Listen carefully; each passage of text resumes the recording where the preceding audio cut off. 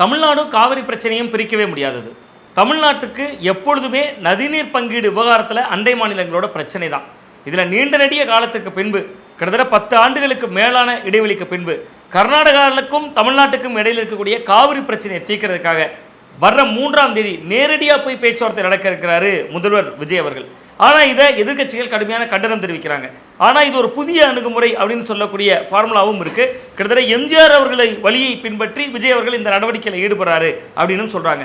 இதுக்கு ஆதரவும் எதிர்ப்பும் சமதளத்தில் போய்கிட்டு இருக்கக்கூடிய சூழலில் ஏன் ஆதரிக்கிறாங்க, ஏன் எதிர்க்கிறாங்க அப்படிங்கிறத 360 டிகிரி கோணத்தில் அலசுறது தான் இந்த வீடியோவோட நோக்கம். வாங்க நம்ம வீடியோக்குள்ளே போயிடலாம். தமிழ்நாட்டுக்கு கர்நாடகா மாநிலத்தில் பாயக்கூடிய அந்த காவிரி ஆற்றினுடைய தண்ணீர் வர்றதுங்கிறது தொன்று தொட்ட ஒரு வழக்கம். ஏன்னா அது 2 மாநிலங்களுக்கும் உரிமை கொண்ட ஒரு ஆறு. இதில் ரொம்ப ரொம்ப முக்கியமாக நம்ம கடைமடை பகுதியில் இருக்கிறனால, அதாவது பாசனம் பெறக்கூடிய பகுதியில் இருக்கிறனால ரொம்ப முக்கியமாக நம்மோட முடிவு இல்லாமல் அவர்கள் புதிய அணைக்கட்டுகளோ எந்த விஷயத்தையுமே செய்ய முடியாது. ஸோ இது தொடர்பாக காவிரி நடுவர் மன்றம் ஏற்கனவே ஒரு தீர்ப்பெல்லாம் பிறப்பித்து 1990களில் அமைக்கப்பட்டிருந்தது. ஸோ இங்கே நீண்ட நெடிய காலமாக ஒரு அண்மையில் உச்சநீதிமன்ற உத்தரவில் ஒரு தீர்ப்பு வருது. அந்த தீர்ப்பினுடைய அடிப்படையில் தமிழ்நாட்டுக்கு ஒவ்வொரு வருஷமும் 177.25 டிஎம்சி தண்ணி கொடுக்கணும். அது எப்படி கொடுக்கணும்? டிசம்பர் மாதம் அப்படியே 177.25 அனுப்பிடணுமா? இல்லை. ஜனவரியில் அனுப்பிடணுமா? இல்லை. அந்த தண்ணீர் பங்கீடை எப்படி கொடுக்கணும்னு சொல்கிறாங்கன்னா ஒவ்வொரு மாதத்துக்கும் ஒரு அளவு நிர்ணயிக்கிறாங்க. இந்த அளவில் கொடுக்கணும், இத்தனை டிஎம்சி கொடுக்கணும் அப்படிங்கிறாங்க. ஆனால் கர்நாடகா ஒரு முறை கூட அந்த உத்தரவை ஃபாலோ செஞ்சதே கிடையாது. நமக்கு ஒரு ஆண்டு முழுவதும் சேர்த்து 177.25 டிஎம்சி கொடுக்கணும்.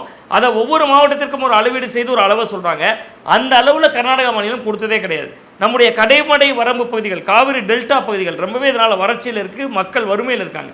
விவசாயம் விளைவிக்க போகிறது அப்படிங்கிறதே ரொம்ப சாதனையாகவும் மாறி இருக்கு. ஸோ இவ்வளவு சிக்கல்கள் அதனால் ஏற்படுது. ஆனால் கர்நாடகா என்ன பண்ணுறாங்கன்னா பெருமழை பெய்யுது, அவர்களால் தேக்கி வைக்க முடியாத சூழல் வந்துச்சுன்னா அந்த நேரத்தில் மட்டும் அணையை திறந்து விட்டு போதுமான அளவு தண்ணீரை கொடுக்குறதும், மற்ற நேரங்களில் தமிழகம் வறட்சியாக இருக்கிற பொழுது பாருங்கள் கர்நாடகாலேயே மழை இல்லைங்க. இப்பொழுது கூட அதுதான் சொல்லியிருக்காங்க, எங்களுக்கு தென்மேற்கு பருவமழை பெய்யலை இந்த முறை, ஸோ எங்களால் தண்ணீர் கொடுக்க முடியாதுன்னு. இதுவரை இந்த மாதத்தில் வெறும் 3.5 டிஎம்சி தண்ணி தான் கொடுத்துருக்காங்க. கூடுதலாக ஒரு 3 டிஎம்சி தண்ணி கொடுங்கன்னு பேச்சுவார்த்தை நடத்தின கூட பேசலை. இந்த சூழலில் தான் காவிரி ஆற்றின் குறுக்கே மேகதாது பகுதியில் மேகதாட்டுங்கிற இடத்துல ஒரு அணையும் கட்டுறாங்க. இப்படி அணை கட்டுவதற்கான முடிவை கர்நாடக அரசு ஏகமனதாக எடுத்துட்டாங்க. பட் அது சட்டப்படி தவறு. நம்ம தமிழ்நாட்டிட்ட கேட்காம எந்த விதமான அணைக்கட்டுகளையும் புதிய திட்டங்களையும் செயல்படுத்தவே முடியாது. ஆனால் கர்நாடகா அதுக்கு ஒரு காரணம் சொல்கிறாங்க, நாங்கள் பெங்களூரோட குடிநீர் தேவைக்காக இதை செய்கிறோம் அப்படின்லாம் சொல்கிறாங்க. ஸோ இந்த பிரச்சனை ஒரு பெரும் பிரச்சனையாக இருக்கிறது. விவசாயிகள் போராடிக்கிட்டு இருக்காங்க.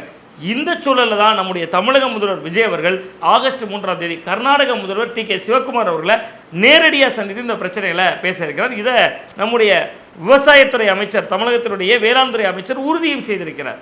ஆனால் 2 மாநில அரசுகளும் இன்னும் அதிகாரப்பூர்வமாக அறிவிக்கலை. சரி, இதற்கு முன்பு தமிழகத்தில் இப்படியான நடைமுறைகள் இருந்ததா, யாராவது நேரில் போனாங்களா, பேசியிருக்காங்களான்னா இதற்கு முதல் பாதையை போட்டவர் எம்ஜிஆர் அவர்கள். எம்ஜிஆர் அவர்கள் நேரடியாக கர்நாடகத்தினுடைய அன்றைய முதல்வரை அணுகி தமிழ்நாட்டில் அதில் வெற்றியும் பெற்று தந்து நதிநீர் பங்கீட்டில் தண்ணியும் வாங்கி தந்தார். தண்ணீரும் நமக்கு வந்தது.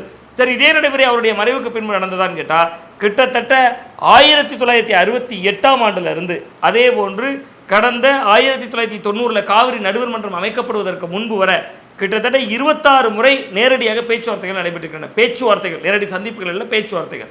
சரி, நேரடியான சந்திப்புகள் எப்பெல்லாம் நடந்துகிட்டு 1996ஆம் ஆண்டில் அன்றைக்கு முதல்வராக இருந்த கலைஞர் கருணாநிதி அவர்களால் நேரடியாக கர்நாடக முதல்வரிடம் பேசப்பட்டது. இதே போன்று 2013 காலகட்டங்களில் விஜய் ஜெயலலிதா அவர்களும் நேரடியாக அன்றைய கர்நாடக முதல்வர்கிட்ட பேசியிருந்தார். 2016களுக்கு பின்பு 2016 அந்த 16ல் இதே போன்று ஒரு பேசக்கூடிய சூழல் ஏற்பட்டது. விஜய் ஜெயலலிதா அவர்களுக்கு உடல்நலக் குறைபாடு ஏற்பட்டது. அன்றைக்கு பொதுப்பணித்துறை அமைச்சராக இருந்த எடப்பாடி பழனிசாமி அவர்கள் அந்த சந்திப்பில் போய் பேசுகிறார். ஸோ இப்போ அந்த அடிப்படையில் தான் விஜய் அவர்கள் போகிறார். ஆனால் இதற்கு ஒரு வித்தியாசம் இருக்கிறது. அப்போல்லாம் மேகதாதுல அணை கட்டக்கூடிய பிரச்சனை இல்லை. காவிரி நதிநீர் தொடர்பாக மட்டும்தான் முரண்கள் இருந்தது, வஸ்துக்கள் இருந்தது, 2 மாநிலத்துக்கு இடையில் பிரச்சனை இருந்தது. ஸோ அப்போ அந்த இடத்துல நேரடியான சந்திப்புகள் தீர்வை தந்தது. ஆனால் இந்த முறை அப்படி இல்லை. நமக்கு ஒவ்வொரு மாதமும் கொடுக்க வேண்டிய தண்ணீரின் அளவும் வந்து சேரலை. அதான் நான் குறிப்பிட்டேன், 177.25 டிஎம்சி கொடுக்கணும். அந்த தண்ணீர் அளவும் வரல, மாதாந்திர அளவும் நமக்கு வந்து சேரலை. இன்னொரு பக்கத்தில் மேகதாதுவின் குறுக்கே அணையும் கட்டுறாங்க. அப்போ விஜய் அவர்கள் போறதுக்கு ஏன் எதிர்ப்பு? அரசியல் கட்சிகள் ஏன் எதிர்க்கிறாங்கன்னா இந்த விவகாரத்தை, 2 மாநிலங்களுக்கு இடையிலான விவகாரத்தை பேசி தீர்க்க வேண்டிய பொறுப்பும் கடமையும் யாருக்கு இருக்குன்னா பிரதமர் அவர்களுக்கு இருக்குது, மத்திய அரசுக்கு இருக்குது, நடுவண் அரசுக்கு இருக்குது, பிரதமர் நரேந்திர மோடி அவர்களுக்கு இருக்குது. ஸோ அப்போ அவர்கள் காவிரி விஷயங்களை மத்திய அரசு தான் அழுத்தம் கொடுக்க முடியும். நீங்கள் இந்த முடிவெடுங்க, இதை செய்யுங்க, இதை செய்யாதீங்கன்னு சொல்ல முடியும். அப்போ அந்த முடிவை எடுக்க வேண்டிய அதிகாரம் மத்திய அரசிட்ட இருக்குது. அப்போ இவங்க 2 பேரும் பேசுகிறது நல்லது தானே? இதில் ரொம்ப ஆரோக்கியமான ஒரு விஷயம் இருக்கே. இருவருமே ஒரே கூட்டணிக்குள்ளே இருக்காங்க. தமிழ்நாட்டிலையும் காங்கிரஸ் கட்சிக்கு அமைச்சர்கள் இருக்காங்க. தாவேக்காவால் தான் அந்த அமைச்சர்கள் கிடைச்சிருக்காங்க. ஸோ அந்த அடிப்படையில் நம்ம பார்க்கணும். 2 பேருக்கு இடையில் ரிலேஷன்ஷிப் இருக்குது. முதல்வர் விஜய் அவர்கள் பதவியேற்பு விழாவுக்கு ராகுல் காந்தி அவர்கள் வராரு. ராகுல் காந்தியை டெல்லியில் ஜந்தர் மந்தர் போராட்டத்தில் கைது செய்யப்பட்டால், பிரதமர் இல்லம் நோக்கி போகும்போது கைது செய்யப்பட்டால், அதை கண்டித்து விஜய் அவர்கள் குரல் கொடுக்குறாரு. இருவரும் ஒரே கூட்டணிக்குள்ள தமிழ்நாட்டில் இருக்காங்க. ஸோ அவர்கள் அந்த அடிப்படையில் பேசினால் என்ன தப்பு அப்படின்னு இதை பார்க்கலாம். ஆனால் இதில் என்ன தப்பு இருக்குது அப்படின்னு சொல்கிறாங்கன்னா, மேகதாதுவின் குறுக்கே அணை கட்டுவது, அதாவது மேகதாது அணை விவகாரத்தை தமிழ்நாடும் கர்நாடகாவும் பேசுகிறாங்கன்னாலே அதில் உரிமை கர்நாடகாவுக்கு இருக்குது அப்படிங்கிற பேச்சுவார்த்தை தான் அது. அதனால் இந்த பேச்சுவார்த்தைக்கு போகக்கூடாது அப்படிங்கிறது எதிர்க்கட்சிகளுடைய விமர்சனமாக இருக்குது.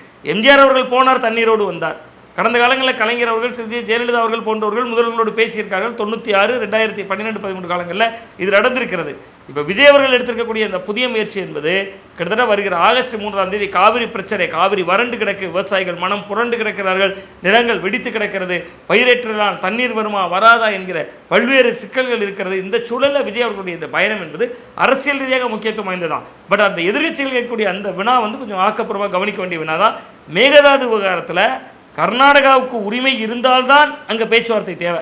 கர்நாடகாவுக்கு உரிமை இல்லை என்பதுதான் தமிழகத்தினுடைய நிலைப்பாடுனா ஏன் பேச்சுவார்த்தை?